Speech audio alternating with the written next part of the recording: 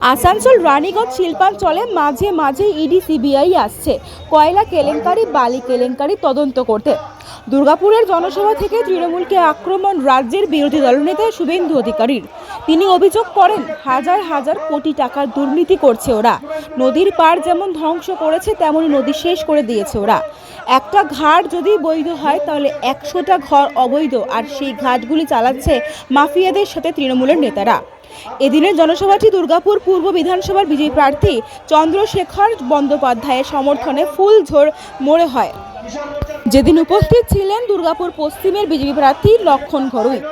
নন্দীগ্রামে আইএসএ প্রার্থীর সাথে তৃণমূল নেতার ভিডিও ভাইরাল নিয়েও শুভেন্দু অধিকারী অভিযোগ করেন তৃণমূল সবাইকে কিনে নিতে চাইছে।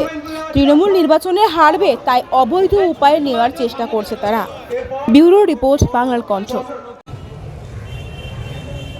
একদিকে পশ্চিমবঙ্গে কাটমানি সিন্ডিকেট, তোলাবাজি, গরু পাচার থেকে শুরু করে এই রাজ্যে হেন কোনো অপকর্ম নেই। মাঝে মাঝেই দুর্গাপুর, বারাবণী, রানীগঞ্জে ইডির লোকেরা আসছে। কেন আসছে? একদিকে বিখ্যাত কয়লা কেলেঙ্কারি,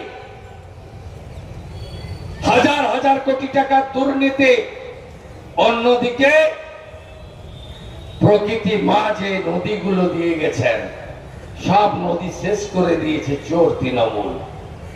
বেড় নেই, পাড় নেই, সারা রাত্রি ধরে নদীগুলোর উপর কি বিভৎস অত্যাচার। জেসিবি মেশিন, পকলিং, নদীর বেড়ে দেওয়া যায় না, 2 মিটারের বেশি খনন করা যায় না।